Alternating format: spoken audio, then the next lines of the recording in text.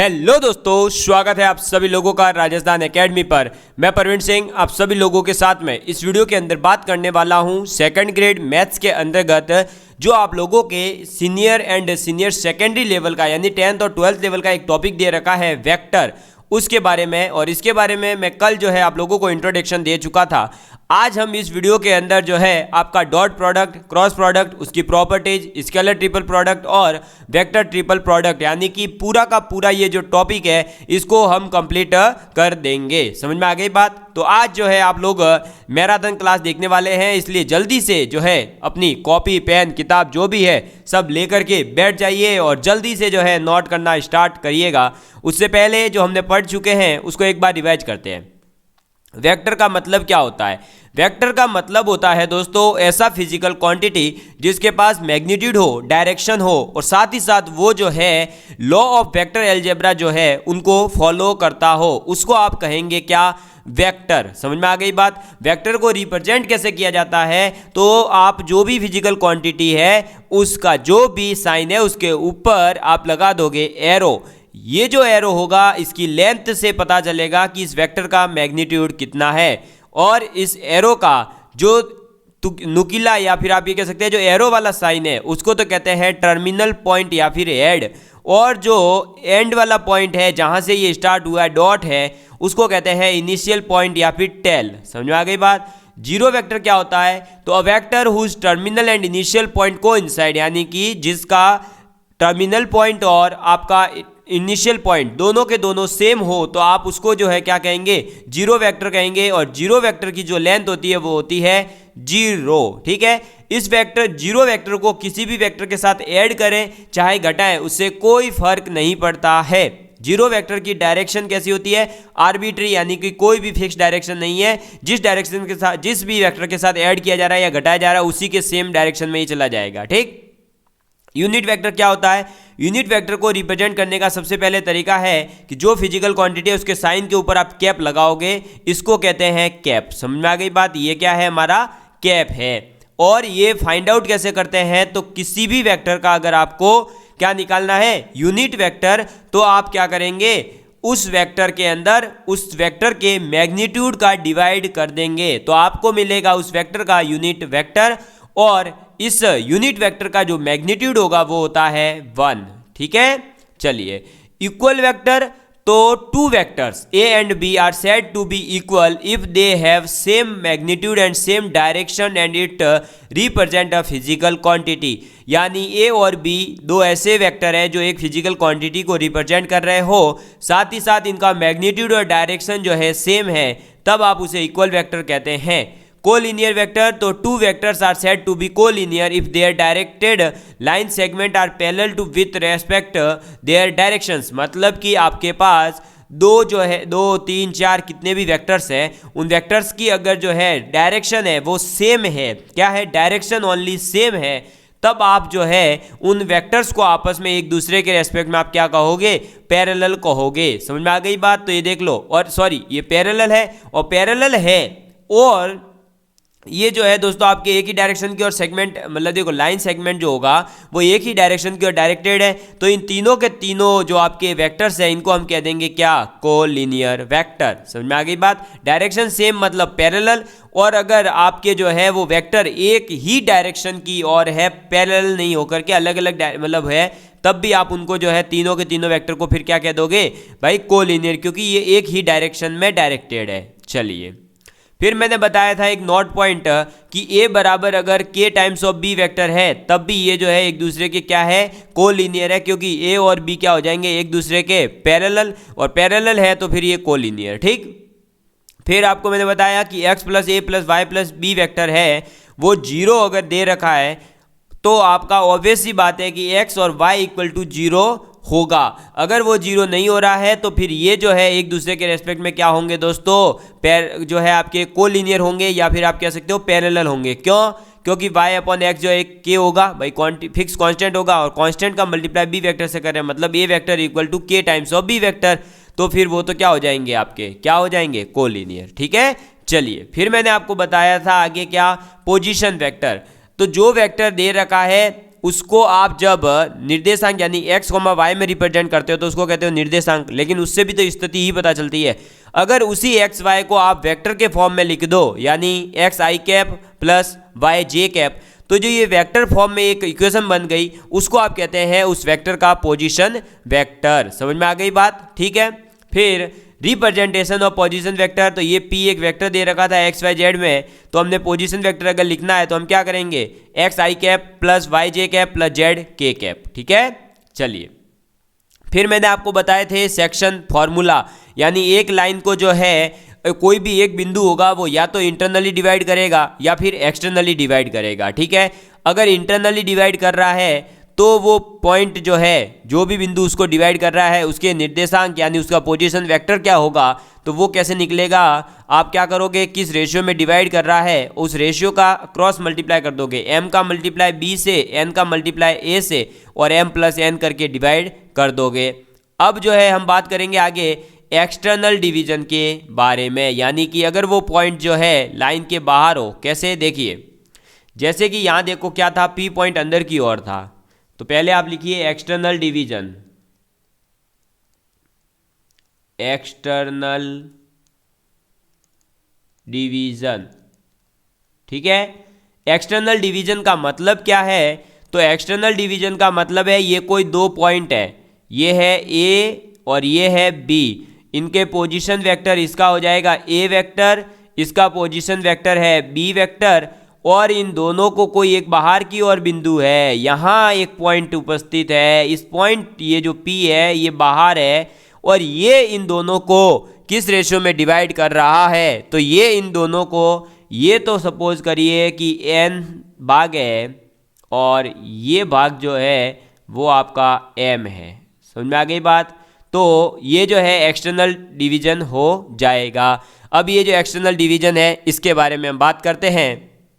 तो दोस्तों देखिए, ऑब्वियस सी बात है, आपको क्लियर दिख रहा होगा कि ए पी अपॉन, अगर जो है हम क्या करते हैं दोस्तों, पी बी, तो देखो ए पी की वैल्यू कितनी आ रही है, एम रेशियो आ रहा है, तो इसका एम अपॉन इस पी बी की वैल्यू आ रही है एन, क्रॉस मल्टीप्लाई करेंगे तो ये बन जाएगा एन ए पी बराबर एम पी बी। ठीक है, अब आपको पता है कि ए पी और पी बी क्या है, वेक्टर है, तो हम ऐसे लिख सकते हैं इसको, a p vector is equal to m into p b vector. ठीक है, क्लियर है? चलिए, अब ए पी वैक्टर को हम क्या लिख सकते हैं, तो ए पी वैक्टर का मतलब है आपके क्या, अरे इसका पोजीशन वेक्टर है आर, उसमें से घटा देंगे इस ए के पोजीशन वेक्टर को यानी ए को। ठीक, ऐसे ही आप जो है क्या दे रखा है दोस्तों आपके पास में, अरे ये देखो पी बी है ना, तो इसको आप ये लिख सकते हो, b p is equal to r vector minus b vector लिख सकता हूँ। इन दोनों को मैं यहाँ पुट कर दूंगा, तो ये हो जाएगा n into r vector minus a vector is equal to m गुणा क्या हो जाएगा दोस्तों, ये r vector minus b vector. ठीक है, इनका जब आप सॉल्व करोगे तो ये बनेगा n r vector minus n a vector equal to m r vector minus m b vector. ठीक है, एन एन वालों को आप अलग ले लो और इनको अलग ले लो, तो ये बन जाएगा m b vector minus n a vector बराबर हो जाएगा आर वेक्टर आ जाएगा बाहर, और ये क्या हो जाएगा दोस्तों, एम माइनस एन। तो आर वेक्टर इक्वल टू हम क्या लिख सकते हैं, तो आर वेक्टर इक्वल टू हो जाएगा m b vector minus n a vector upon में एम माइनस एन। समझ में आ गई बात? तो ये जो है दोस्तों हमारे क्या हो जाएगा, अरे जो पॉइंट है आपका, एक मिनट रुकिएगा, इसको हटाते हैं, ये लो, तो ये जो पोजीशन वेक्टर है ये किसका पोजीशन वेक्टर आया, ये जो एक्सटर्नल पॉइंट होगा, जो एक्सटर्नल डिवीजन जो पॉइंट करवा रहा है इस लाइन को, उसका पोजीशन वेक्टर हमारे पास में आ गया। क्लियर है बात? समझ में आ गई? चलिए, तो ये जो है एक्सटर्नल डिवीजन का फॉर्मूला याद रखेंगे, ये काम आएगा आगे। अब हम बात करेंगे एक इम्पॉर्टेंट नोट पॉइंट की, और उसके बाद में आपका जो है जो टॉपिक्स दे रखे हैं, ये तो अभी बेसिक चल रहा है, वेक्टर का ओनली एंड ओनली क्या चल रहा है, बेसिक चल रहा है। अभी जो है मेन चीज तो आगे आएगी। अब देखो दोस्तों, अगर आपको एक ट्रायंगल दे दिया जाए ऐसे, ठीक है, ये आपके सामने क्या दे दिया गया, एक ट्रायंगल दे दिया गया जिसके वर्टेक्सेस हैं ए बी और सी, ठीक, और इसकी एक मीडियन है, ये हो गई हमारी डी। तो ये ए बी एक वेक्टर होगा, ये ए बी एक वेक्टर है, एक ऐसे ही ये ए सी एक वेक्टर होगा, और ये ए डी भी एक वेक्टर होगा। तो हमारे पास इसमें एक रिलेशन होता है कि ए बी वेक्टर प्लस आप ए सी वेक्टर करेंगे तो हमें मिलेगा 2 times of A D vector. समझ में आ गई बात? तो A B vector plus A C vector equal to आ जाता है 2 ए डी वेक्टर। हम इसको कह सकते हैं कि आपके पास में एक ट्रायंगल है, उसके एक ही वर्टेक्स से निकलने वाले दो वर्टेक्सेज हैं, एक ही वर्टेक्स से निकलने वाली दो साइड से, सॉरी, ए बी और ए सी। तो उन दोनों साइड्स का अगर आप सम करते हो तो उस ट्रायंगल की मीडियन के ट्वाइस के बराबर आ जाता है। तो ए बी प्लस ए सी बराबर होता है 2AD। समझ में आ गई बात? क्लियर है? आपको किसी प्रकार का इसमें डाउट नहीं रहना चाहिए, और ये पॉइंट केवल आपको याद रखना है। आपसे कोई भी इसके बारे में ऐसे नहीं पूछने वाला कि ये क्यों है कैसे, बस होता है, इतना याद है तो आपका काम हो जाएगा। क्लियर है बात? चलिए अब आप दोस्तों न्यू टॉपिक डालेंगे, vector equation of straight line. तो स्ट्रेट लाइन जो होती है उसकी इक्वेशन लिखेंगे लेकिन वेक्टर फॉर्म में। तो आप टॉपिक डालेंगे vector equation of straight line. ठीक है, तो vector equation of straight line. अब इसके अंदर भी आपको दो पार्ट्स पढ़ने हैं। एक वाला इक्वेशन वो होगा जिसके अंदर आपको केवल 1 पॉइंट दे रखा होगा, तो उसका नाम है आपके पास 1 पॉइंट फॉर्म। 1 पॉइंट फॉर्म यानी जब आपको केवल एक पॉइंट दे रखा हो, लाइन के ऊपर कोई भी एक पॉइंट दे रखा है, तो आप जो है उस लाइन का इक्वेशन कैसे लिखोगे। ठीक है, तो ये आपके पास सपोज करिए एक लाइन है। क्या है?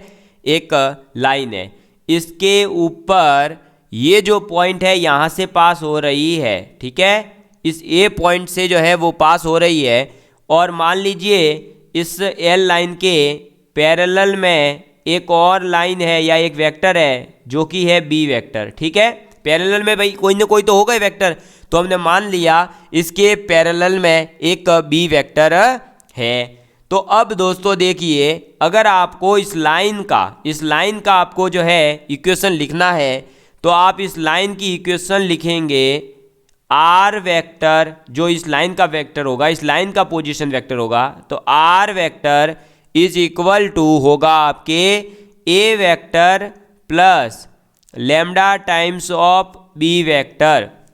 इसका मतलब क्या हुआ? इसका मतलब है दोस्तों केवल इतना कि ये जो आपके पास ए वेक्टर है, ये तो है आपको जिस पॉइंट से आपका ये लाइन जो है पास हो रहा है, तो ये तो हो जाएगा पास पॉइंट। ठीक, और ये जो बी वेक्टर है ये है आपका पैरेलल वेक्टर। अरे कौन सा पैरेलल वेक्टर? तो पैरेलल वेक्टर का मतलब है जिस आपको एक इक्वेशन दे रखी है लाइन की, इस लाइन की इक्वेशन के एक पैरेलल और वेक्टर होगा, उस वेक्टर के आपको यहाँ पोजीशन वेक्टर लिखने हैं। उसका लैम्डा टाइम्स प्लस कर दोगे आप उसके जिस भी पॉइंट से पास हो रही है, तो आपको एक पॉइंट दे रखा होगा और आप उस लाइन की इक्वेशन लिख दोगे। समझ में आ गई बात? तो ये है 1 पॉइंट फॉर्म किसकी? Vector equation of straight line. चलिए अब हम बढ़ेंगे आगे। नेक्स्ट आ जाता है हमारे पास में 2 पॉइंट फॉर्म, यानी कि अगर आपको 2 पॉइंट दे दिए जाए तो आप लिखेंगे अब 2 पॉइंट फॉर्म। ठीक है, 2 पॉइंट फॉर्म क्या होती है? 2 पॉइंट फॉर्म का मतलब है आपके पास ये एक स्ट्रेट लाइन है, इसके ऊपर ये एक ए वेक्टर दे दिया जिसके पोजीशन वेक्टर है ए, और इधर है एक ये पॉइंट बी जिसका पोजीशन वेक्टर है बी।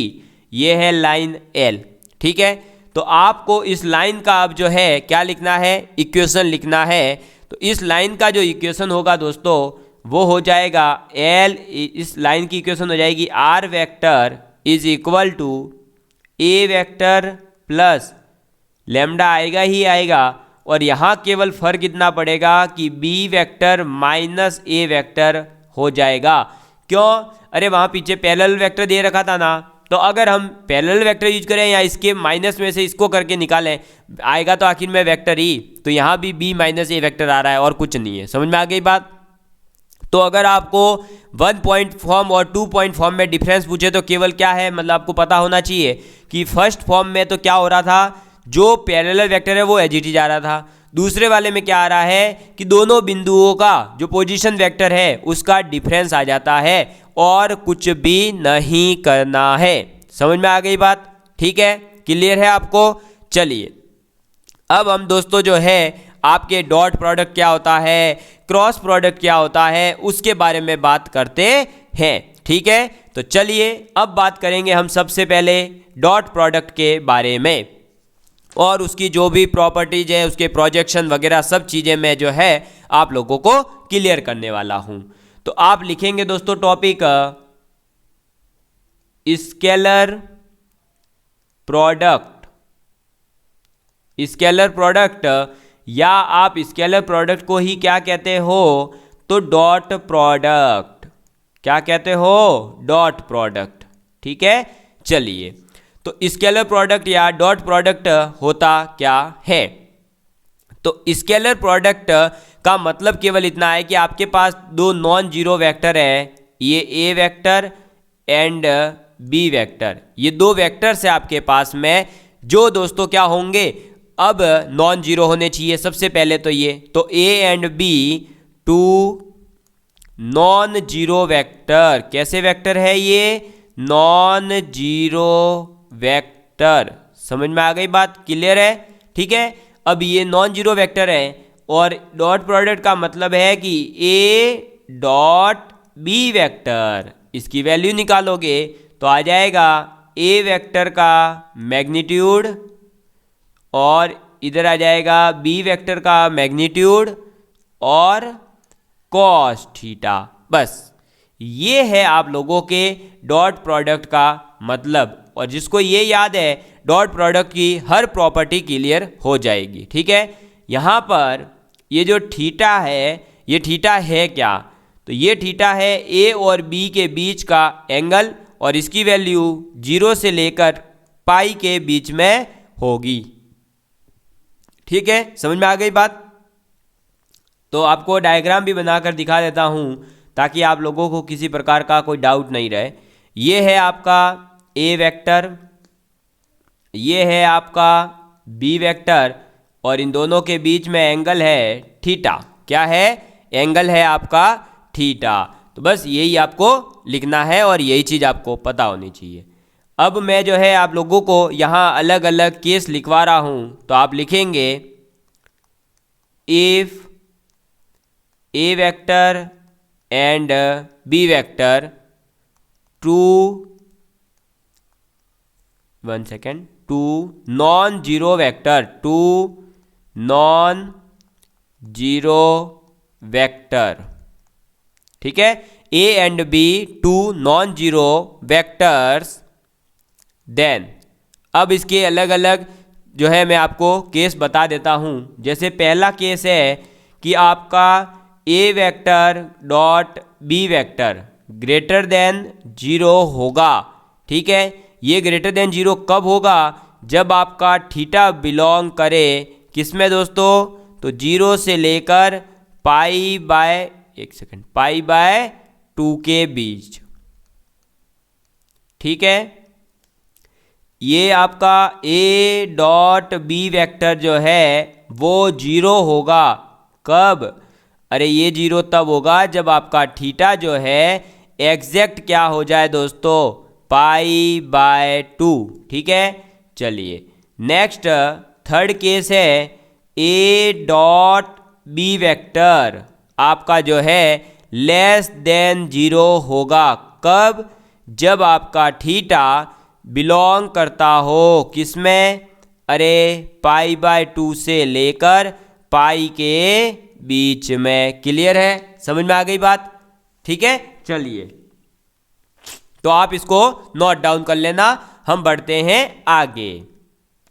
अब फोर्थ प्रॉपर्टी, और फोर्थ प्रॉपर्टी ये है कि अगर आपके पास, ये पूरा का पूरा लाइन लिख लीजिए, आपके पास में इफ मतलब यदि आइदर ऑफ ए वेक्टर और b vector is 0 vector, then A vector dot B vector is equal to 0। ठीक है, इसका मतलब ये है कि A vector dot B vector equal to 0 कब कब हो सकता है? तो ये 0 तभी हो सकता है जब या तो आपका A वेक्टर इक्वल टू कितना हो? 0 वेक्टर हो, या फिर आपके पास B vector equal to 0 vector हो, या फिर आपके पास थीटा बराबर π/2 हो। क्लियर है बात? ठीक है, तो A डॉट बी बराबर 0 कब हो सकता है? जब आपका कोई भी एक वेक्टर या तो 0 हो जाए, 0 वेक्टर हो जाए मतलब, या फिर एंगल जो है इन दोनों के बीच में कितना आ जाए? π/2 आ जाए। नेक्स्ट आपके फिफ्थ प्रॉपर्टी है कि जो डॉट प्रोडक्ट होता है वो कम्यूटेटिव होता है। कम्यूटेटिव का मतलब क्या है कि A डॉट बी करेंगे अगर हम, तो वो आपके B डॉट A वेक्टर के इक्वल होगा। समझ में आ गई बात? चलिए नेक्स्ट आपके सिक्स्थ प्रॉपर्टी है कि जो डॉट प्रोडक्ट है वो डिस्ट्रीब्यूटिव होता है, यानी A dot B vector plus minus C vector है, तो ये किसके इक्वल होगा? तो ये होता है A vector dot B vector plus minus A vector dot C vector. समझ में आ गई बात? ठीक है, चलिए नेक्स्ट आपका सेवंथ है कि अगर आप A वेक्टर का स्क्वायर लिखना चाहते हो तो इसका मतलब हो जाएगा A vector dot A vector. ठीक, और A vector dot A vector का मतलब है कि A वेक्टर के मॉड का स्क्वायर। समझ में आ गई बात? ठीक है, ये क्लियर है आपको? तो A वेक्टर का स्क्वायर यानी कि उसके मैग्नीट्यूड का स्क्वायर करना है। समझ में आ गई बात? क्योंकि ये चीज़ें आपको आगे क्वेश्चंस के अंदर काम आने वाली है, और आपके सिलेबस में स्पष्ट लिखा हुआ है scalar product, dot product and their properties. तो यही है वो प्रॉपर्टीज जिनसे आपको क्वेश्चन पूछे जाने वाले हैं। चलिए नेक्स्ट आप लिखेंगे 8th पॉइंट कि आई डॉट आई बराबर जे डॉट जे बराबर के डॉट के वेक्टर जो है इन सब की वैल्यू कितनी होगी? 1 होती है। और 9th पॉइंट है कि अगर आपने आई डॉट जे कर दिया, या फिर आपने जे डॉट के कर दिया, या फिर आपने के डॉट आई कर दिया, तो इन सब की वैल्यू हो जाएगी 0। कहने का मतलब आई वेक्टर का मल्टीप्लाई आई से करो, या फिर आप ये कह सकते हो कि सेम का मल्टीप्लाई करने पर तो मिलता है 1, और सेम का किसी अदर के साथ मल्टीप्लाई करने पर आपको क्या मिलेगा? 0। ठीक है, आई का मल्टीप्लाई चाहे जे से करो चाहे के से करो मिलेगा 0, आई का आई से होगा तो मिलेगा 1। ठीक है, क्लियर है ये पॉइंट? चलिए नेक्स्ट अब लिखेंगे आप 10th पॉइंट, और 10th पॉइंट है आप लोगों के दोस्तों कि इफ ए वेक्टर यानी ए सदिश जो है वो अगर आपके पास क्या दे दिया? A1 आई कैप, ये ठीक है, ये तो 1 है, इसको आई मत समझना, क्या दे दिया? A1 आई कैप प्लस A2 जे कैप प्लस A3 के कैप। ठीक है, समझ में आ गई बात। ऐसे ही आपको बी वेक्टर की वैल्यू दे दी क्या, तो b1 i cap plus b2 j cap plus b3 k cap. Clear है बात, ठीक है। तो ए वेक्टर है a1 i cap plus a2 j cap plus a3 k cap, और बी वेक्टर का मतलब है b1 i cap b2 j cap b3 k cap, और सी वेक्टर का मतलब है c1 i cap plus c2 j cap plus c3 k cap. ठीक है, तो अगर आपसे अब यहाँ जो है दोस्तों क्या पूछ लिया जाए, अरे भाई यहाँ या तो आपसे वो पूछेगा कि a डॉट सी निकालो, a डॉट बी निकालो या b डॉट सी, तो मैं एक आपको जो है a डॉट बी निकाल कर बता देता हूँ कि क्या होगा। तो a डॉट बी का मतलब है a1 b1 plus a2 b2 plus a3 b3। समझ में आ गई बात। ये क्यों है सर ऐसा, अरे ये इसलिए है बेटा क्योंकि देखो ए वेक्टर जो है वो है a1 और इसका b1। अब a1 का मल्टीप्लाई b1 से करोगे तो a1 b1 आएगा और i कैप जो हो जाएगा 1, इसलिए वो ही बचेगा a1 b1। बाकी तो जब देखो a1 का मल्टीप्लाई b2 से करोगे तो i j 0, i k 0, फिर j i 0, j j a2 b2 तो ये आ गया, फिर j k 0, फिर a3 का k i हो जाएगा तो 0, k j हो जाएगा तो 0, k k आएगा तो a3 b3। इसलिए समझ में आ गई बात, तो यही हमारा बचने वाला है। नेक्स्ट 11th प्रॉपर्टी आप लिखेंगे। आप लोगों को जैसा कि मैंने बताया अभी जस्ट कि ए वेक्टर डॉट बी वेक्टर बराबर क्या है दोस्तों, तो आपका है magnitude of A vector magnitude of B vector into cos theta, ये है। ठीक है, तो यहाँ से कॉस थीटा बराबर क्या हो जाएगा, A vector dot B vector upon में क्या आ जाएगा, तो magnitude of A vector magnitude of B vector ये आएगा। और इसको हम क्या लिख सकते हैं, तो ए डॉट बी का मतलब तो क्या है, a1 b1 a2 b2 a3 b3, तो ये लिख दो।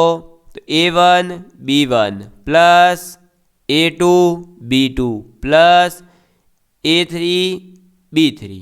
ठीक है, और इसके डिवाइड में क्या आ जाएगा, मैग्नीट्यूड ऑफ ए वेक्टर, और मैग्नीट्यूड कैसे निकलता है, तो x वाले का मतलब आई कैप वाले का स्क्वायर यानी ए स्क्वायर प्लस a2 का स्क्वायर प्लस a3 का स्क्वायर। ऐसे ही b वेक्टर का निकालेंगे तो क्या हो जाएगा, b1 का स्क्वायर b2 का स्क्वायर और b3 का स्क्वायर। क्लियर है बात, ठीक है। तो a डॉट बी बराबर हो जाएगा magnitude of a into magnitude of b cos theta. Cos theta बराबर हो जाएगा a dot b upon magnitude of a magnitude of b। और जब आप a डॉट बी को ये लिखते हो तो a1 b1 को आपने ऐसे लिख दिया, और ये आपको याद रखना है। ठीक है, डायरेक्ट फॉर्मूला भी पूछा जा सकता है आपके। नेक्स्ट आपको 12 नंबर पर बहुत ही अच्छी चीज सिखाने जा रहा हूं। देखिए कि if A vector equal to होता है दोस्तों आपके a1 i cap plus a2 j cap plus a3 k cap होता है ये, अरे ये होता है ना, देन आपको पता है दोस्तों कि ए वेक्टर का डॉट अगर आप i कैप से करोगे, इसका आई कैप से मल्टीप्लाई करो तो देखो आई जे 0 आई के 0, यानी यहाँ से केवल कितना आएगा a1। ऐसे ही जब आप ए वेक्टर का डॉट करोगे किसके साथ में, जे के साथ में, तो कितना आएगा, तब आएगा आपका a2। और जब आप ए वेक्टर का डॉट करोगे के कैप के साथ तो आएगा आपका a3, यह आएगा। इसका मतलब ए वेक्टर को मैं क्या लिख सकता हूं, तो इसको लिख सकता हूं ए डॉट आई कैप और multiply I cap plus a2, तो इसको लिख सकता हूं, एक minute, A vector dot J cap multiply K नहीं जे मल्टीप्लाई भी किससे हो जाएगा, जे कैप, प्लस ऐसे ही ए कैप डॉट के कैप मल्टीप्लाई होकर के क्या बनेगा आपका A3। इसलिए हम देखो A1 की जगह ये लिख सकते हैं, A2 की जगह ये, A3 की जगह ये, तो ए वेक्टर को आप इस फॉर्म में लिख सकते हो। और आपको बता दूं ये क्वेश्चन फर्स्ट ग्रेड के अंदर डायरेक्ट पूछा था कि ए vector if A vector is equal to A1 i cap plus A2 j cap plus A3 k cap है then which of the following is correct, और ए वेक्टर बराबर में ये ऐसी चीजें दे दी गई थी। तो हमें ये चीजें पता होनी चाहिए। समझ में आ गई बात, ठीक है। चलिए नेक्स्ट, अब आपके जो है 13th नंबर पर प्रॉपर्टी आ रही है, वो है कॉची स्क्वार्ट्ज इनइक्वलिटी। तो आप लिखेंगे कॉची स्क्वार्ट्ज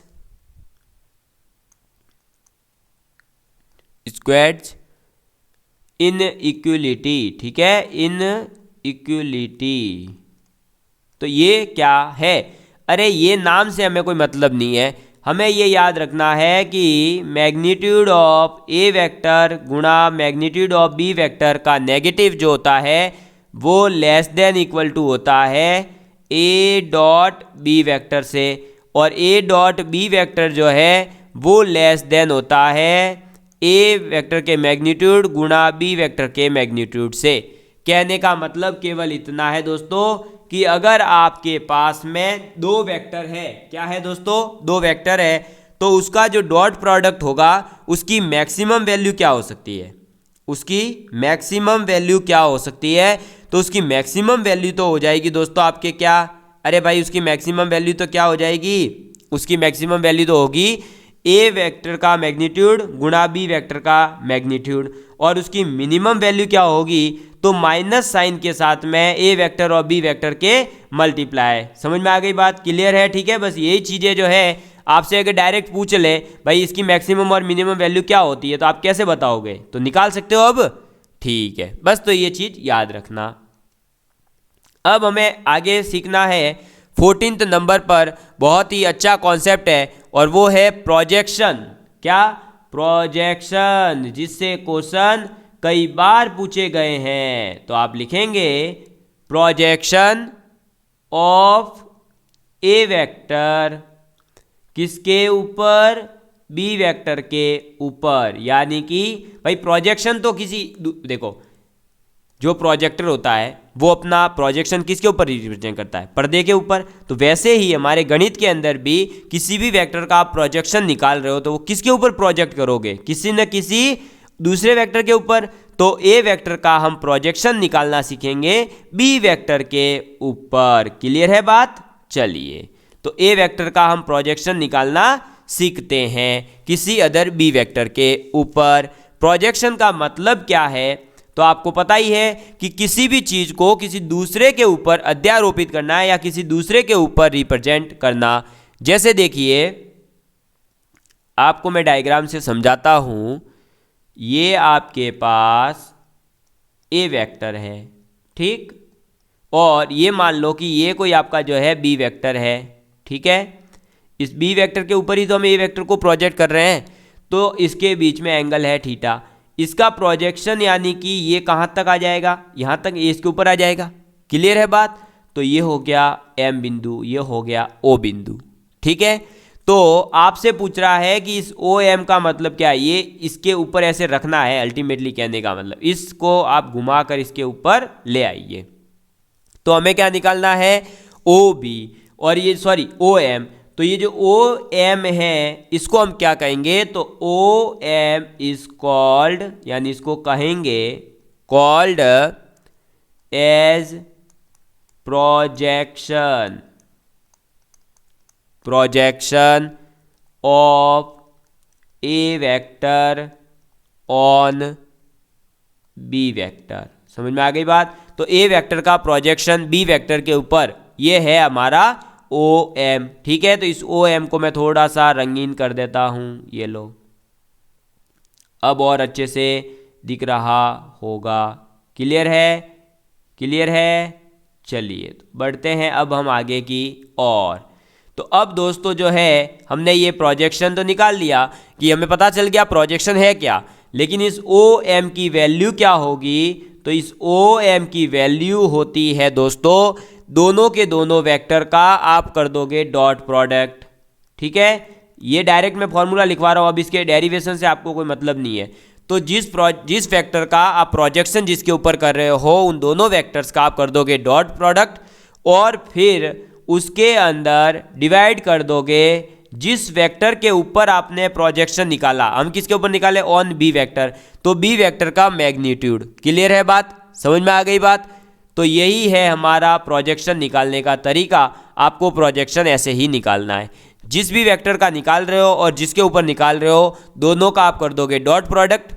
ठीक है, फिर उसके अंदर आप जिस वेक्टर के ऊपर आपने प्रोजेक्शन निकाला उसके मैग्नीट्यूड का कर दोगे डिवाइड। ठीक, चलिए अब बात करते हैं कि ये प्रोजेक्शन जो है दोस्तों क्या हो सकता है। तो projection can be positive, negative और जीरो। ठीक है, जीरो वेक्टर का प्रोजेक्शन अगर करवाओगे तो जीरो आ जाएगा। तो हमारा जो प्रोजेक्शन है वो पॉजिटिव हो ये ज़रूरी नहीं है, या नेगेटिव हो ये ज़रूरी नहीं है, या जीरो हो ये भी ज़रूरी नहीं है, मतलब तीनों में से कुछ भी हो सकता है, पॉजिटिव, नेगेटिव और जीरो। क्लियर है बात? ठीक है, आपको मेरे हिसाब से सब कुछ क्लियर हो चुका होगा। चलिए अब बात करते हैं आगे। नेक्स्ट कंपोनेंट निकालना आपको मैं सिखा देता हूं। तो आप लिखेंगे component of A vector along B vector and perpendicular to it. यानी कि आप ए वेक्टर का क्या निकालना सीख रहे हो दोस्तों अभी? कंपोनेंट। क्या? कंपोनेंट यानी कि घटक, यानी उसको आप दो भागों में तोड़ने वाले हो। तो ए वेक्टर का आप कंपोनेंट निकालोगे दो, एक तो निकालोगे बी वेक्टर के अलोंग और एक निकालोगे आप उस के परपेंडिकुलर। ठीक है, कहने का मतलब देखिए डायग्राम के माध्यम से आपको और क्लियर कर देता हूं मैंने जो बोला वो समझ नहीं आया हो तो ये आपके पास ये है हमारे पास में एक मान लो क्या बी वेक्टर। ठीक है, अब ये है हमारे पास ए वेक्टर। ठीक, इस ए वेक्टर और बी वेक्टर के बीच एंगल है थीटा। इस ए वेक्टर का कंपोनेंट जो बी वेक्टर के ऊपर आएगा वो तो हम नाम दे देते हैं, सपोज करिए कि ओ एम, और जो इधर जाएगा देखो इधर आएगा उसका नाम तो दिया ओ एम, एक जाएगा इधर, तो इधर जो जाएगा उसका हमने नाम दे दिया क्या? तो इसका नाम दे दिया हमने ओ एन। ठीक है, तो हम ये कह सकते हैं कि O N is equal to तो होगा दोस्तों आपके ए वेक्टर गुणा साइन थीटा। ठीक है, और ओ एम जो है वो हो जाएगा आपके ए वेक्टर कॉस थीटा। ठीक है, ये हमने निकाल लिया, लेकिन इसको जो है हमें निकालना किस में है? वेक्टर फॉर्म में। तो आप जो है अब यहां लिखेंगे क्या? वेक्टर कंपोनेंट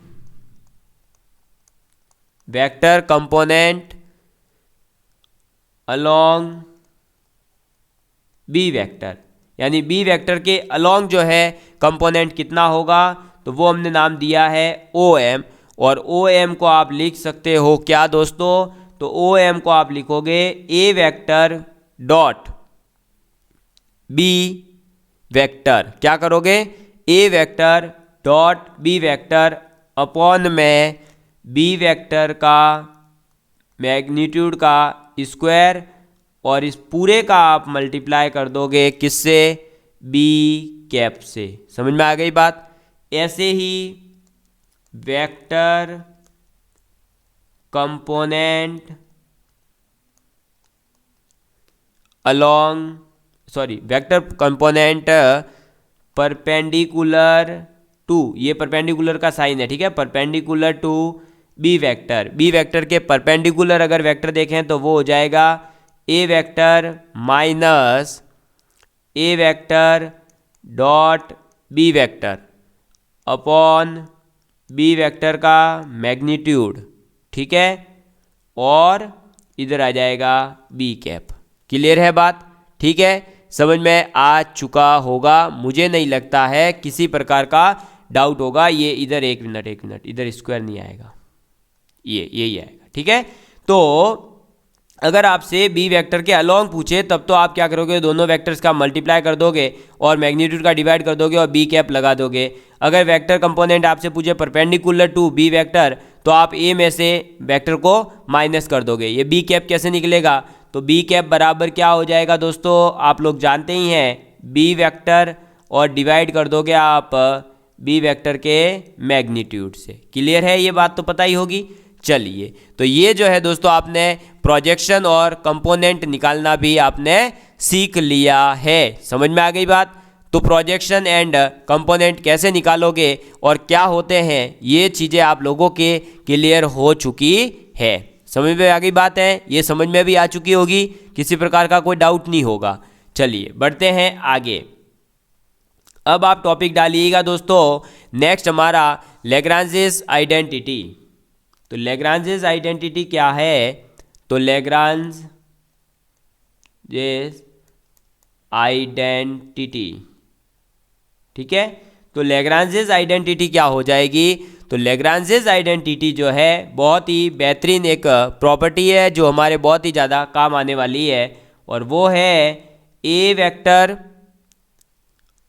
आपको अच्छा क्रॉस तो पढ़ाया नहीं है, ठीक है, अभी क्रॉस वेक्टर के बारे में अभी आगे बता रहा हूं, केवल ये आप जो भी है केवल और केवल याद रख लेना, ठीक है। अभी इसको पहले याद रख लेना। ये वैसे डॉट और क्रॉस दोनों में काम किए, इसलिए मैं अभी लिखवा रहा हूं। तो ए क्रॉस बी वेक्टर अगर है और उसका आप स्क्वायर करते हो तो वो जो है दोस्तों आपके इक्वल किसके आ जाता है, तो ये इक्वल आता है ए स्क्वायर बी स्क्वायर माइनस आपका A vector dot B vector का स्क्वायर। समझ में आ गई बात? तो ए क्रॉस बी वेक्टर है, उसका आप जब स्क्वायर करोगे, क्या करोगे, स्क्वायर करोगे, तो वो इक्वल हो जाएगा दोनों के मैग्नीट्यूड का स्क्वायर स्क्वायर और माइनस कर दोगे ए डॉट बी का स्क्वायर। समझ में आ गई बात? ठीक है, ये है हमारी क्या, लैग्रांजेस आइडेंटिटी। ये बात आपको याद रखनी है। अब हम पढ़ते हैं किसके बारे में, तो हमारा न्यू टॉपिक है वेक्टर या क्रॉस प्रोडक्ट। तो आप कह सकते हो वेक्टर और क्रॉस प्रोडक्ट, ठीक है। क्या पढ़ने जा रहे हैं, वेक्टर या क्रॉस प्रोडक्ट, यानी कि सदिश गुणन के बारे में अब आप पढ़ने जा रहे हो। आपके पास में यहां भी कुछ नहीं है, ए and B two non zero vector, ठीक है। ए और बी आपके पास में दो नॉन जीरो वेक्टर है। कैसे वेक्टर है, नॉन जीरो। तो ए and B two non zero vector, और ए क्रॉस बी बराबर होता क्या है, तो ए क्रॉस बी बराबर होता है आपके दोस्तों क्या, मैग्नीट्यूड ऑफ ए वेक्टर गुणा magnitude of B vector into sine theta, ठीक है। और इन सब का मल्टीप्लाई एन कैप, यानी इनके जो यूनिट वेक्टर होगा उसका। समझ में आ गई बात? और यहाँ भी जो थीटा है आपके वो क्या होगा, तो थीटा यहाँ भी आपका 0 से लेकर पाई ही होगा, उसमें किसी प्रकार का कोई डाउट नहीं होना चाहिए। एन कैप का मतलब क्या है, तो यूनिट वेक्टर है जो इन दोनों के परपेंडिकुलर होगा। समझ में आ गई बात? ठीक है, ये आपको याद रखना है। ये हमारा क्रॉस प्रोडक्ट स्टार्ट हो चुका है, ठीक है। तो ए क्रॉस बी बराबर होता क्या है, magnitude of A into magnitude of B sine theta, और इस पूरे का मल्टीप्लाई होता है एन कैप से। एन कैप का मतलब है आपका एन कैप जो है वो क्या है, यूनिट वेक्टर है perpendicular to plane A and B. ठीक है, तो ए और बी जो वेक्टर है, इन दोनों का जब आप क्रॉस प्रोडक्ट करेंगे तो उसके अंदर आप एन कैप का जो मल्टीप्लाई कर रहे हैं वो एन कैप ए और बी वेक्टर के परपेंडिकुलर, ये दोनों एक प्लेन में होंगे, इन दोनों के प्लेन में एक परपेंडिकुलर प्लेन भी होगा, उस प्लेन परपेंडिकुलर प्लेन के अंदर एक जो है यूनिट वेक्टर है एन कैप, जिसकी वैल्यू आपको दी जाती है, आपको कोई टेंशन नहीं लेना है। समझ में आ गई बात?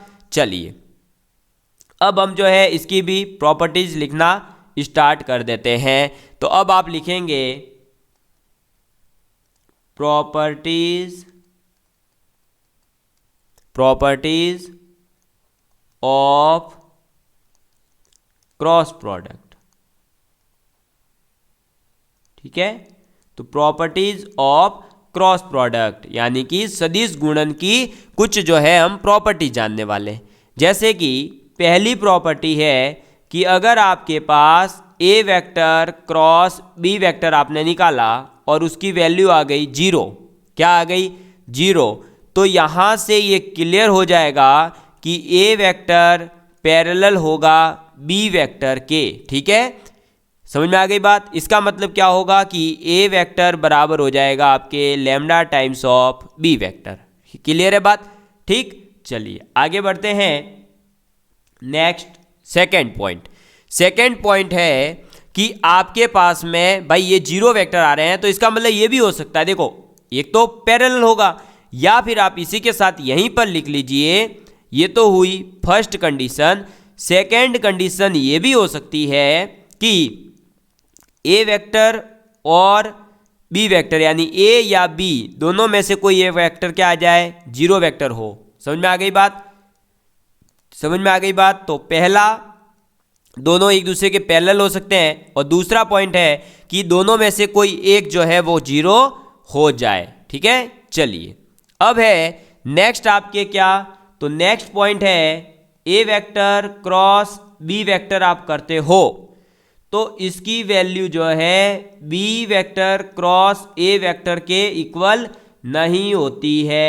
क्यों?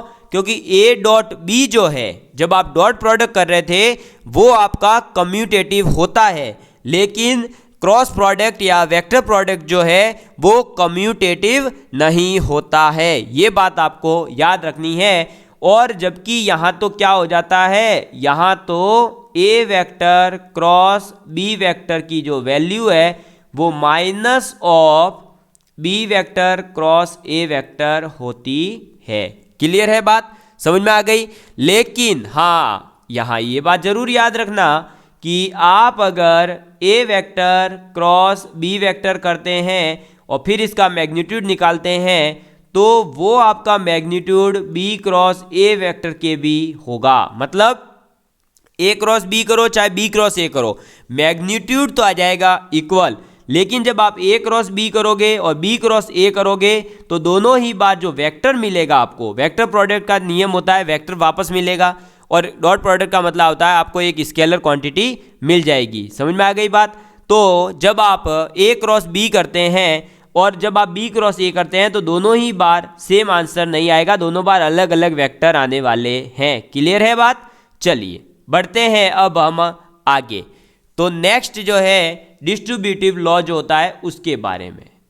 ठीक है, तो आपको बता दूं दोस्तों कि ए क्रॉस आप जो है बी वेक्टर प्लस माइनस सी वेक्टर करोगे तो क्या आ जाएगा, A vector cross B vector plus minus A vector cross C vector, यानी कि क्रॉस के अंदर तो ये डिस्ट्रीब्यूटिव तो होता है, कम्यूटेटिव नहीं होता है। ठीक है, चलिए नेक्स्ट आपका, अगर आपने ए वेक्टर क्रॉस बी वेक्टर करा और फिर इसका क्रॉस आपने सी वेक्टर से करा, और अगर आपने इसमें ऑर्डर बदल करके क्या कर दिया, ए वेक्टर का क्रॉस करवाया आपने B vector cross C vector करने के बाद, यानी पहले इसका क्रॉस कर दिया फिर ए से करवाया और यहाँ ए बी का करके फिर सी से करवाया, तो क्या रिजल्ट इक्वल आएंगे? नहीं दोस्तों, रिजल्ट इक्वल नहीं आता है। क्यों?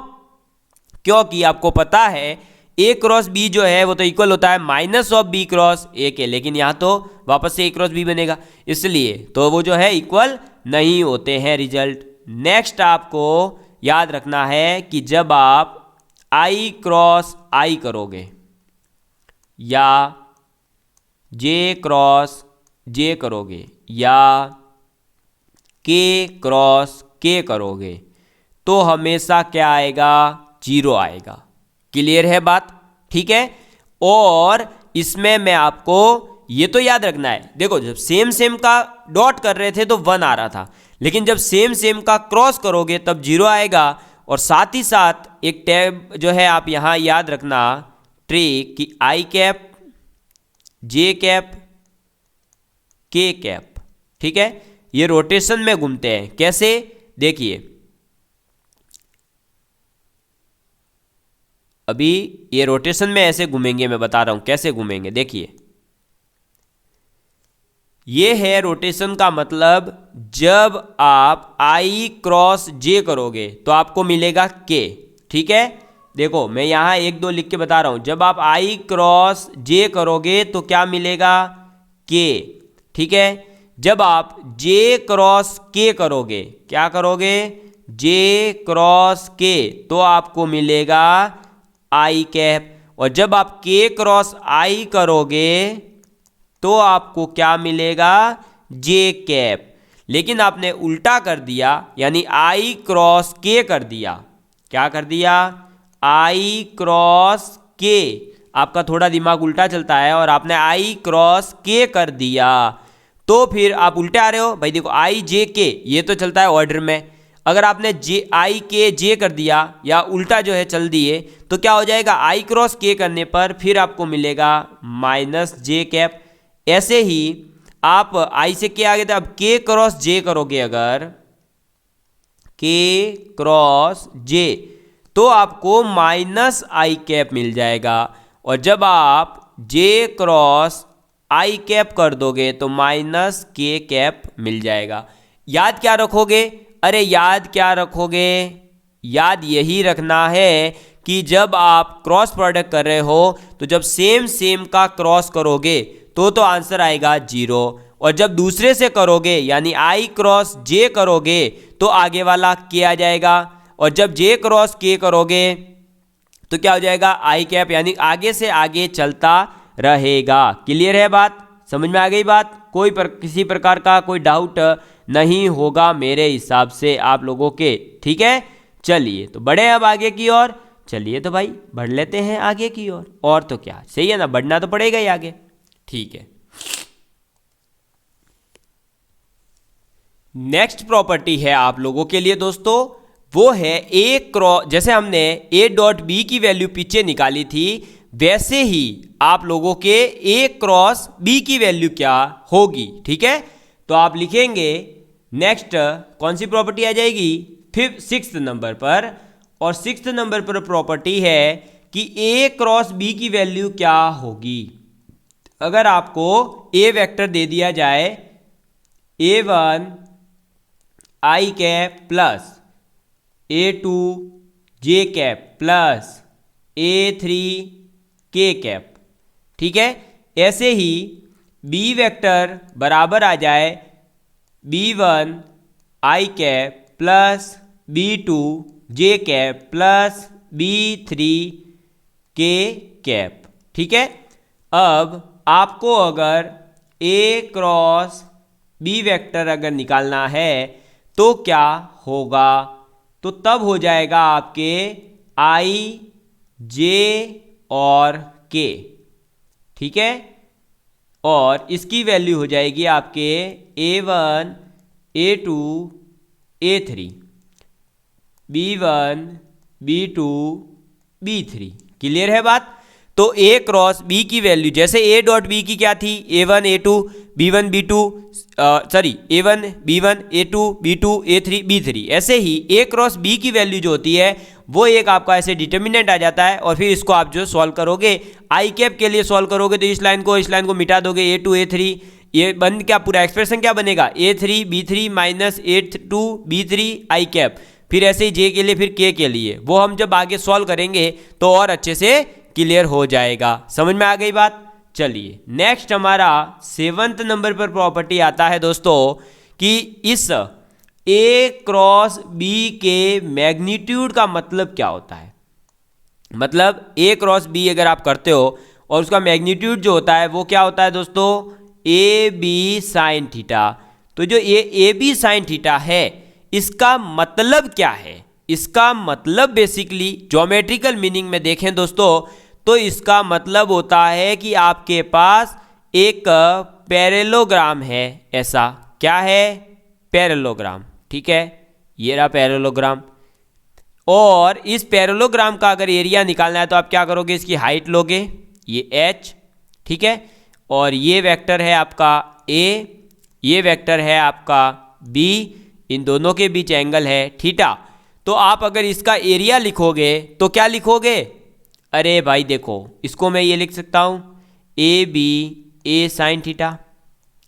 और अभी जस्ट मैंने पीछे बताया था कि ए का एक कंपोनेंट इधर आएगा जो बी वेक्टर के अलॉन्ग हो, वो तो होगा क्या, ए कॉस थीटा। एक इसके परपेंडिकुलर ऐसे आएगा, वो होगा आपका ए साइन थीटा।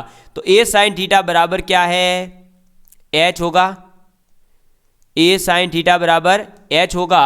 तो बी ए साइन थीटा हो गया। और इसको मैं क्या कह सकता हूं दोस्तों, बी तो है हमारा क्या, ये बी वेक्टर क्या रिप्रेजेंट कर रहा है, इसका बेस। तो बेस गुणा ए साइन थीटा यानी एच, और एच का मतलब हाइट। और जब बेस इंटू हाइट होता है तो क्या मिल जाएगा हमें, एरिया ऑफ पैरेललोग्राम। ठीक है, ये 11 ग्राम नहीं लिखा है, ये लिखा है पैरेललोग्राम, पूरा बड़ा नहीं लिख रहा हूं। तो अगर आपसे पूछा जाए कि दो वेक्टर का आपने सदिश गुणन करा, उसका मतलब क्या है, उसका जो वैल्यू निकलता है वो निकल जाता है आपके किसकी वैल्यू, वो वैल्यू निकलती है आपके एक पैरेललोग्राम के एरिया की, यानी समांतर चतुर्भुज का जो आपका क्षेत्रफल होगा वो निकल लेते हो आप इससे। समझ में आ गई बात। ठीक है, जिसमें ए और बी जो है वो एडजेसेंट उसकी दो साइड्स होती है, एक होता है बेस और एक आपका जो है दोस्तों क्या हो जाएगा, एच, ए साइन थीटा बन जाएगा एच यानी हाइट। ठीक है, क्लियर है इतनी बात। चलिए बढ़ते हैं अब आगे नेक्स्ट 8th पॉइंट की ओर।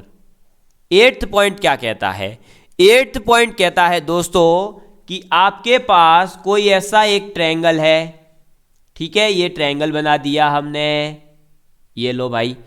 अब इसके अंदर हमारे पास एंगल है थीटा। ठीक, और इसका नामकरण करेंगे तो इसके वर्टेक्सेज है ए बी और सी। ठीक, और इसके दो वेक्टर है, ये एक वेक्टर है बी सी वेक्टर को हम कह रहे हैं ए वेक्टर। ठीक है, ये बी सी साइड जो है इसको कह रहे हैं ए वेक्टर, और ए सी साइड को हम कह रहे हैं बी वेक्टर। और ए और बी के बीच में एंगल है थीटा। तो अगर आपसे एरिया पूछा जाए इस ट्रायंगल का, तो area of triangle A B C क्या हो जाएगा, तो वो हो जाएगा 1/2 ए बी साइन थीटा। क्यों, आपको पता होगा वो क्या होता है, 1/2 आधार इंटू ऊंचाई। आधार क्या है हमारा दोस्तों, अरे भाई आधार अगर मुझे निकालना है तो कैसे निकालूंगा, आपको नहीं पता है क्या भाई, अरे यार ऑब्वियस सी बात है, ये दो वेक्टर दे रखे हैं जैसा कि मैंने पीछे बताया था, इससे एक से आप हाइट निकाल लोगे और एक अगर जो है आप क्या कर दोगे, इसका एक प्रोजेक्शन इधर नीचे ले लोगे, एक परपेंडिकुलर में ले लोगे, एक को मानोगे बेस, एक को मानोगे हाइट, तो वो आ जाएगा 1/2 ए बी साइन थीटा। और इतना याद नहीं रहता है तो कोई याद नहीं रखना, आपको तो केवल इतना याद रखना है कि अगर आपको दो वेक्टर दे दिए जाएं, ठीक है, और दोनों के दोनों वेक्टर एडजेसेंट है एक ट्रायंगल की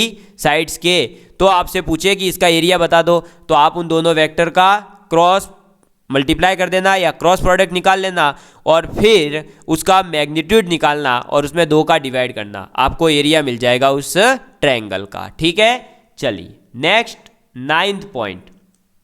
9th पॉइंट है यूनिट वेक्टर आपको निकालना है। क्या, यूनिट वेक्टर।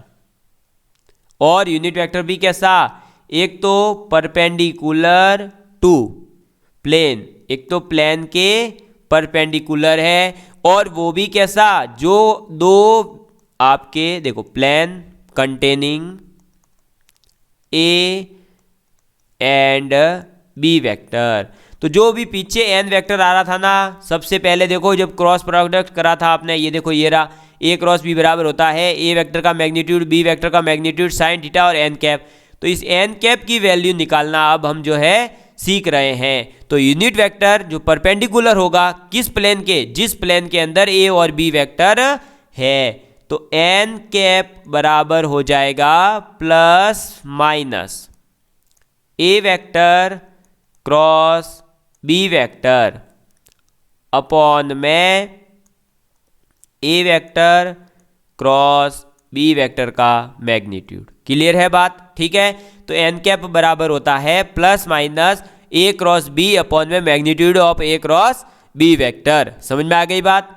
चलिए नेक्स्ट आपका 10th पॉइंट हो जाएगा क्या, तो ए और बी वेक्टर है, उन दोनों के बीच थीटा एंगल है, तो क्या हो जाएगा sine theta is equal to magnitude of A vector cross B vector का जो मैग्नीट्यूड आएगा वो अपॉन में इन दोनों के इंडिविजुअल मैग्नीट्यूड्स का डिवाइड, यानी ए वेक्टर और बी वेक्टर। समझ में आ गई बात?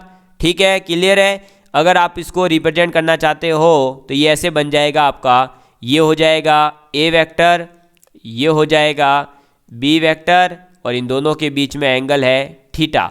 तो साइन थीटा बराबर हो जाएगा ए क्रॉस बी, दो वेक्टर जो है उनका मैग्नीट्यूड अपॉन में दोनों मैग्नीट्यूड का इंडिविजुअल जो मैग्नीट्यूड है वो लिखोगे और उनका मल्टीप्लाई करोगे। समझ में आ गई बात? ठीक है, तो ये था दोस्तों आप लोगों के क्या वेक्टर प्रोडक्ट या आप कह सकते हो क्रॉस प्रोडक्ट के बारे में जानकारी। समझ में आ गई बात?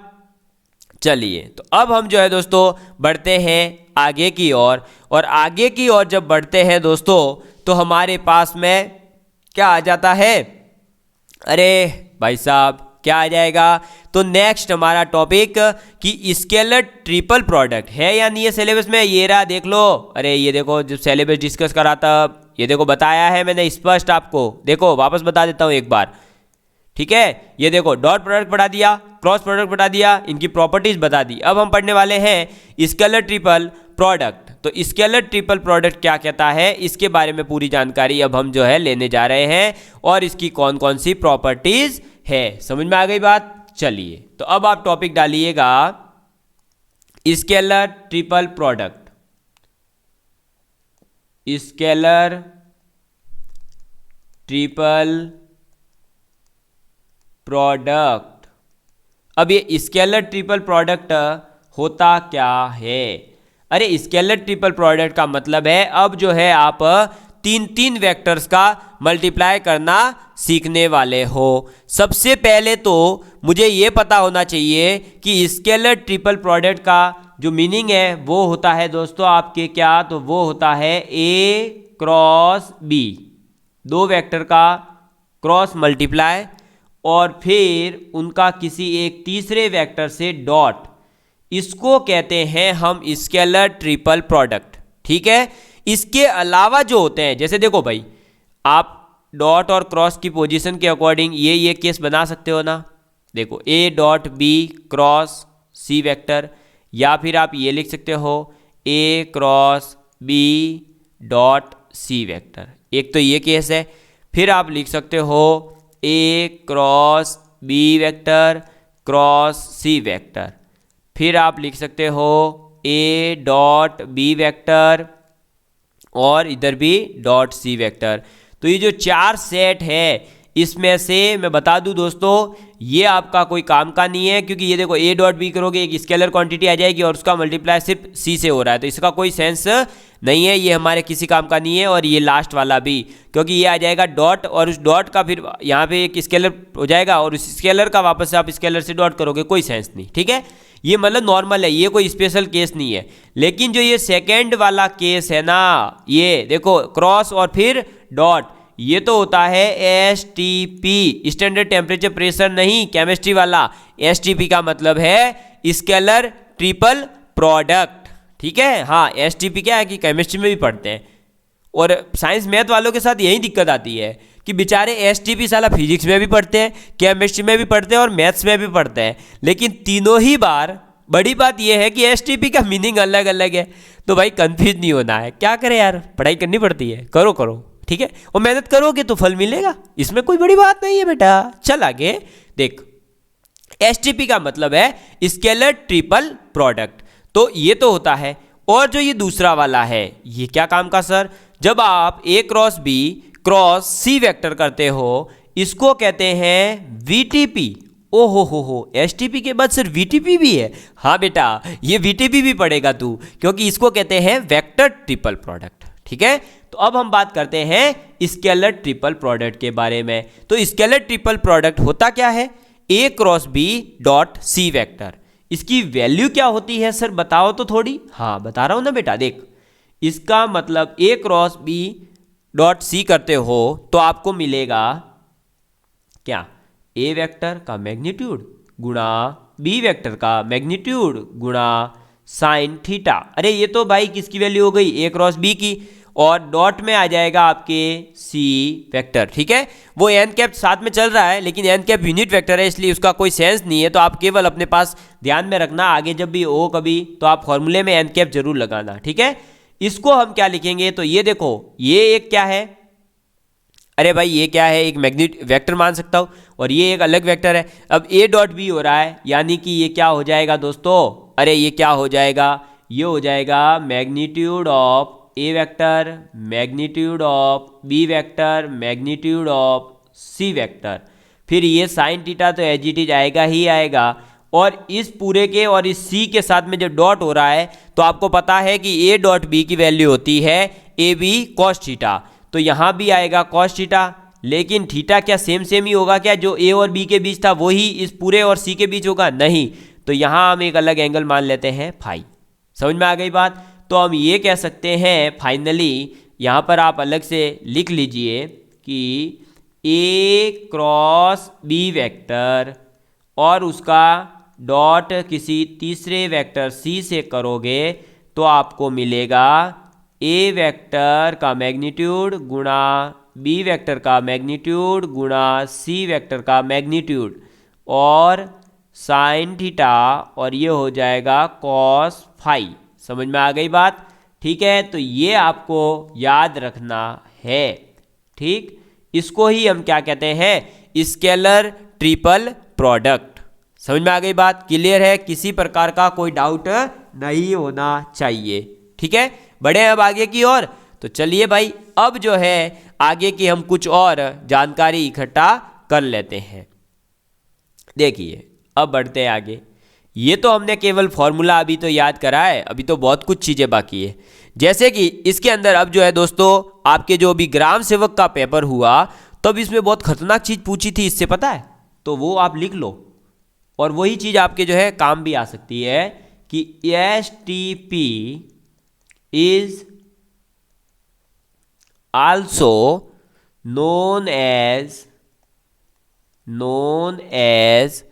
बॉक्स प्रोडक्ट, यानी कि आप स्केलर ट्रिपल प्रोडक्ट को बॉक्स प्रोडक्ट भी कह सकते हो। क्या? बॉक्स प्रोडक्ट भी कह सकते हो। सर बॉक्स प्रोडक्ट क्यों कह सकते हैं? क्योंकि ए क्रॉस बी का डॉट सी से, और इसको आप लिख सकते हो ब्रैकेट बंद A vector dot B vector dot C vector, ये भी आप जो है इसको लिख सकते हो। इसलिए इसको कहा जाता है क्या दोस्तों?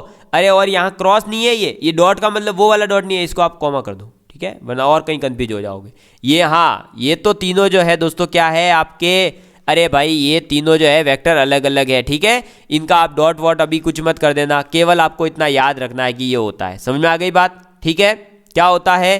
तो ए क्रॉस बी डॉट सी करोगे तो ए बी सी वेक्टर को आप ऐसे बॉक्स में लिख सकते हो। इसको कहा जाता है दोस्तों आपके क्या? बॉक्स प्रोडक्ट भी कहा जाता है, ठीक है। ये बात आपको याद रखनी है। चलिए अब नेक्स्ट जो है दोस्तों आपको क्या, देखो अरे ये होता डॉट ही है, ठीक है। ऐसा नहीं कि सर ये डॉट का मतलब क्या डॉट प्रोडक्ट नहीं है क्या, है तो भाई डॉट प्रोडक्ट ही, लेकिन इसके बारे में भी अभी जो आगे आने वाली जानकारी है वो काम आएगी। तो अभी से आप इसको डॉट मत समझना, अभी आप केवल ये समझो कि इन तीनों वेक्टर को हमने एक में लिख दिया, बस इतना समझ लो, सफिशियंट है। ठीक, अब देखो, अगर आपके पास ए वेक्टर, बी वेक्टर और सी वेक्टर, क्या ए बी और सी वेक्टर तीनों के तीनों क्या है, आर कोप्लेनर, यानी एक ही प्लेन में है, कोप्लेनर, देन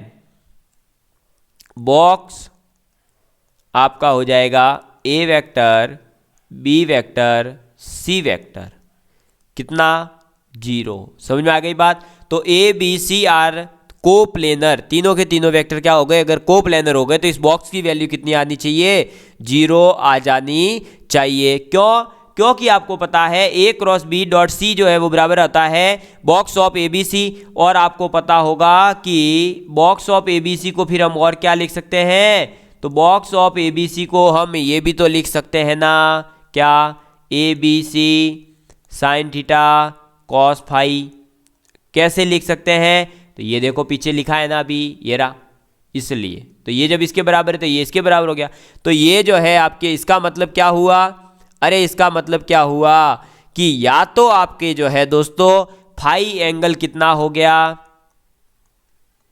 अरे फाई एंगल अगर 90 डिग्री हो जाए तब ये 0 होगा ना। तो ऑब्वियस ही बात है कि ये कोप्लेनर है, इसका मतलब फाई जो है आपके क्या हो जाएगा दोस्तों 90 डिग्री, और ये 90 है तो ये हो जाएगा 0, ये 0 है तो ये तीनों के तीनों वेक्टर कोप्लेनर है। तो अगर आपको 3 वेक्टर दे दिए जाए और उनको कोप्लेनर सिद्ध करना है तो आप क्या करोगे, उन तीनों के बॉक्स की वैल्यू 0 कर दोगे। समझ में आ गई बात, ठीक है। चलिए अब बात करते हैं नेक्स्ट पॉइंट की। तो नेक्स्ट पॉइंट है आपका कि इफ, यानी यदि A vector, B vector, C vector are unit vector, मतलब ए बी सी तीनों के तीनों वेक्टर जो है वो इकाई सदिश हो, यूनिट वेक्टर अगर हो, वेक्टर यूनिट वेक्टर, यानी इनके मैग्नीट्यूड जो है कितने हो जाएंगे, यूनिट वेक्टर है तो 1 1 1, तो फिर इसका मतलब हुआ कि बॉक्स ऑफ ए बी और सी कितना हो जाएगा, 1 हो जाएगा। क्लियर है ये बात, समझ में आ गई, ठीक है। तो ये बात आपको याद रखनी है, ठीक है, ये बात आपको याद रखनी है। चलिए अब बढ़ते हैं दोस्तों हम आगे की ओर। तो नेक्स्ट जो है दोस्तों हमें क्या याद रखना है, तो नेक्स्ट हमें याद रखना है दोस्तों कि आपका जो ये ए बी सी है इसको हम क्या लिख सकते हैं, ए क्रॉस बी डॉट सी, और इसका एक्सप्रेशन क्या होता है वो जो हमारे इस बार काम आने वाला था आपके ग्राम सेवक में यहाँ से। तो ए वेक्टर, फिर आपके बी वेक्टर, फिर सी वेक्टर, इस बॉक्स को आप क्या लिख सकते हो, तो इस बॉक्स को आप लिख सकते हो A1 A2 A3, B1 B2 B3, C1 C2 C3, और इसका डिटर्मिनेंट आप निकालोगे। समझ में आ गई बात। तो ए बी सी के बॉक्स की वैल्यू का मतलब क्या होता है, तो ये होता है उसका मतलब।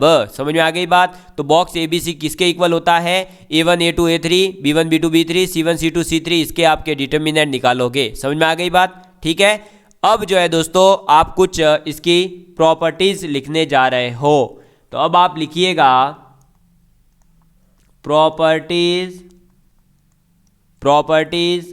ऑफ एस टी पी, यानी कि आप जो है अब प्रॉपर्टी लिखने जा रहे हो स्केलर ट्रिपल प्रोडक्ट की, जिसके अंदर पहली क्या है, तो पहली है S T P of 3, S T P of 3 vectors when 2 are collinear or equal 0। That is box of A B C is equal to 0। कहने का मतलब है आप तीन वेक्टर है आपके पास में, उन तीनों का आप जो है एसटीपी जो है वो निकालेंगे तो वो 0 आएगा। कब? जब उनमें से कोई दो वेक्टर या तो क्या आ जाए, कोलिनियर हो या फिर इक्वल किसके हो, 0 के इक्वल हो। समझ में आ गई बात? ठीक है। एंड अगर आप जो है क्या हो जाए, किसी एक वेक्टर का किसी लैम्डा क्वांटिटी से मल्टीप्लाई कर देते हो, यानी लैम्डा टाइम्स ऑफ सी कर देते हो, तो भी कोई फर्क नहीं पड़ता। तब ये बन जाता है lambda times of A vector, B vector, C vector. और जब ये 0 है तो ये भी 0 ही होगा। समझ में आ गई बात? ठीक है। और ऑब्वियस सी बात है कि दो जो है क्या हो जाएंगे दोस्तों, अरे पैरेलल हो जाएंगे, और फिर दो बचे हुए हैं वो कोलिनियर हो जाएंगे, इसलिए इसकी भी वैल्यू 0 ही आएगी। समझ में आ गई बात? तो ये चीज़ आपको जो है याद रखनी है। ठीक है। बढ़े अब आगे की ओर, तो चलिए बढ़ते हैं आगे की ओर। नेक्स्ट आपके प्रॉपर्टी है कि आपके पास में अगर तीन जो ये वेक्टर्स है इनको आपने ऐसे बॉक्स में लिखा, फिर आप इनका साइक्लिक ऑर्डर चलाते जाते हो, यानी ए बी सी को आप लिख देते हो बी सी ए। ठीक है। फिर आप इसको लिख देते हो सी ए बी। ठीक है। देखो ए बी सी, फिर बी सी ए, फिर सी ए बी, तो ये तो चल रहा है साइक्लिक ऑर्डर, तब तो ये होते हैं इक्वल। लेकिन अगर आपने साइक्लिक ऑर्डर न चला करके ए बी सी को आपने किसी अदर में लिख दिया, क्या कर दिया, कोई दो वेक्टर थे उनको ही केवल चेंज करा और आपने इसको लिख दिया, सपोज करिए ए vector, C vector, B vector, तो ये इक्वल नहीं होंगे, ये माइनस साइन के साथ इक्वल हो जाएगा। कहने का मतलब अगर साइक्लिक ऑर्डर मेंटेन है तीनों के तीनों वेक्टर्स का, तब तो वो तीनों के तीनों वेक्टर क्या होंगे दोस्तों, साइक्लिक ऑर्डर में तो तीनों के बॉक्स की वैल्यू, आंसर जो आएगा तीनों के बॉक्स का वो सेम आ जाता है। लेकिन आपने क्या कर दिया, कोई दो वेक्टर जो है उनका केवल प्लेस चेंज करा। क्या करा? केवल और केवल दो वेक्टर्स का आपने प्लेस चेंज करा, तो नेगेटिव साइन के साथ में इक्वल होंगे। क्लियर है ये बात? ठीक है। चलिए फिर बात करते हैं अब हम आगे नेक्स्ट पॉइंट की। तो हमारा थर्ड पॉइंट है दोस्तों, हमारा थर्ड पॉइंट ये है कि आपके जो पास में एसटीपी है उसमें क्रॉस और डॉट की प्लेस होती है, तो क्या आप उसमें क्रॉस और डॉट को एक्सचेंज कर सकते हो? हाँ दोस्तों, आप कर सकते हो। जैसे कि देखिए ए vector, B vector, C vector है अगर, तो इसका मतलब क्या होगा, इसका मतलब होगा आपके ए क्रॉस बी डॉट सी, ये है। ठीक। क्या मैं इसको ये लिख सकता हूं, A vector dot B vector cross C vector, तो A dot B cross C करता हूं, इसका मतलब ये बनेगा क्या, ये बना है बी सी ए। ठीक है। अरे भाई देखो ए बी सी, तो ए बी सी, तो ये जो है देखो हम क्या कर रहे हैं, इसका ऑर्डर केवल भाई डॉट और क्रॉस को एक्सचेंज करा है ना, बाकी तो वही रखा है, ए बी सी इसमें भी है, लेकिन इसमें क्रॉस किसका कर रहे हो, बी सी का, तो पहले आएगा बी सी फिर आता है ए। ऐसे यहाँ पर भी क्या हो जाएगा, पहले आया ए बी फिर आया सी, तो बी सी ए बना, और ए बी सी बराबर तो बी सी ए होता ही है, इसलिए आप इन दोनों को कह सकते हो कि इक्वल होंगे। कहने का मतलब क्या है कि आप जो है डॉट और क्रॉस की पोजीशन अगर चेंज करते हो तो मैग्नीट्यूड के ऊपर कोई इफेक्ट नहीं पड़ता है, नहीं जो आपका रिजल्ट आने वाला है वो तो वही आएगा। ठीक। चलिए नेक्स्ट आपके फोर्थ प्रॉपर्टी क्या है, तो फोर्थ प्रॉपर्टी है कि आपने कोई कांस्टेंट k1 का मल्टीप्लाई कर दिया ए वेक्टर से, फिर k2 का मल्टीप्लाई कर दिया बी वेक्टर से, फिर k3 का मल्टीप्लाई कर दिया सी वेक्टर से, तो आप इसमें से पूरी रो में से k1 बाहर लोगे, इस बी वे से k2 बाहर लोगे, और K3 बाहर लोगे, अंदर बचेगा केवल और केवल ABC। समझ में आ गई बात? कहने का मतलब क्या है कि आप अगर जो है किसी भी कांस्टेंट का मल्टीप्लाई करते हो तो उस कांस्टेंट को जो है आप कॉमन बाहर निकाल सकते हो। ठीक है, चलिए फिर फिफ्थ, हालांकि वो कॉमन आना चाहिए, ऐसे नहीं कि एक में से ही कॉमन आ रहा है निकाल दिया मर्जी से, नहीं। फिर है कि आपने एक से ही मल्टीप्लाई करा। भाई देखो, ये तो मैं ऐसे ही समझा देता, लिखवाने की जरूरत नहीं है। ये अगर जो है आपने क्या कर दिया कि K1 K2 K3 अलग अलग थी तो अलग अलग संख्या बाहर निकाली, तीनों में से K कॉमन आता तो K क्यूब हो जाता। ठीक है, वो कोई फिर बड़ी बात नहीं है। फिर ऐसे ही अगर आपके पास A प्लस B वेक्टर है और इधर है आपके पास C वेक्टर, इधर है आपके पास D वेक्टर, तो आप इसको दो बॉक्स प्रोडक्ट में लिख सकते हो। एक आप इसको लिख दोगे A vector C vector D vector, ठीक। फिर प्लस आप इसको लिख दोगे B vector C vector D vector. समझ में आ गई बात? तो A प्लस B और C D ऐसे वेक्टर थे, तो एक वेक्टर जो दे रखा था वो क्या था? दो वेक्टर्स का सम था, तो आपने उस सम को अलग अलग लिख सकते हो और आपने लिख दिया। क्लियर है बात? समझ में आ गई बात? ठीक है, चलिए तो अब बढ़े हम आगे की ओर। तो चलिए फिर बढ़ते हैं अब हम जो है दोस्तों नेक्स्ट आपके कुछ इंपॉर्टेंट कॉन्सेप्ट की ओर। तो ये जो है दोस्तों हमारा क्या कंप्लीट हुआ? अरे ये हमारा कंप्लीट हुआ स्केलर ट्रिपल प्रोडक्ट। क्या कंप्लीट हुआ? Scalar triple product. अब हम पढ़ने जा रहे हैं किसके बारे में?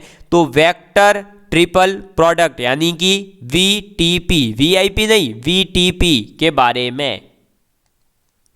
और इसके क्वेश्चन के लिए मैं आप लोगों के लिए लेकर के आने वाला हूं बहुत बड़ा धमाका एक। ठीक है, बस इंतजार करिए थोड़ा सा और धमाका ऐसा होगा कि आप खुश हो जाओगे। VTP यानी कि वेक्टर ट्रिपल प्रोडक्ट। समझ में आ गई बात?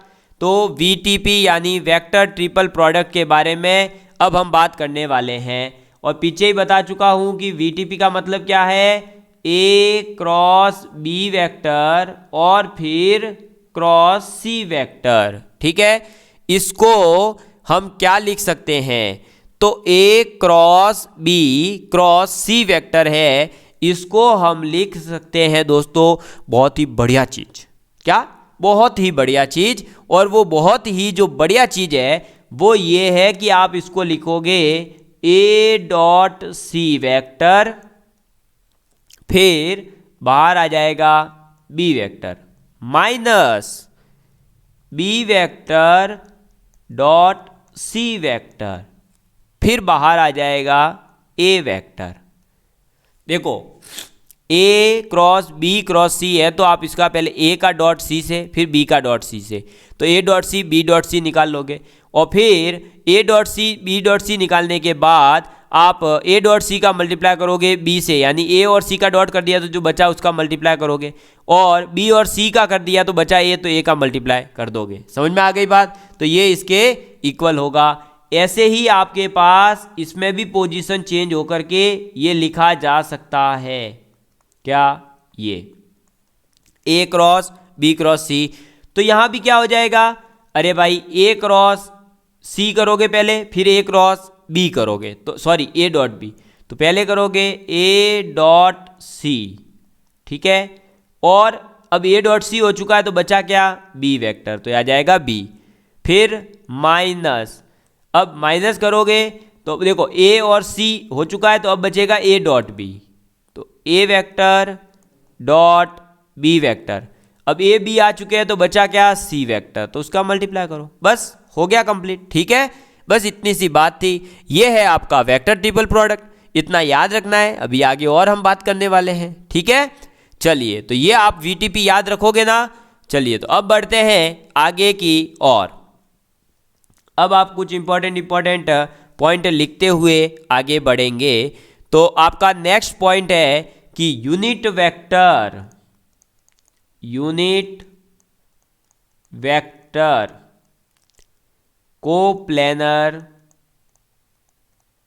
Coplanar with A vector and B vector and perpendicular to C vector. यानी यूनिट वेक्टर आप निकाल रहे हो, वो यूनिट वेक्टर जो ए और बी के साथ में तो होगा कोप्लेनर और परपेंडिकुलर होगा किसी अदर वेक्टर सी के। ठीक है, तो आप उसको कैसे निकालोगे? तो उसकी वैल्यू होगी आपके क्या, ए क्रॉस बी वेक्टर, ठीक है, क्रॉस सी वेक्टर, और डिवाइड कर दोगे आप किससे?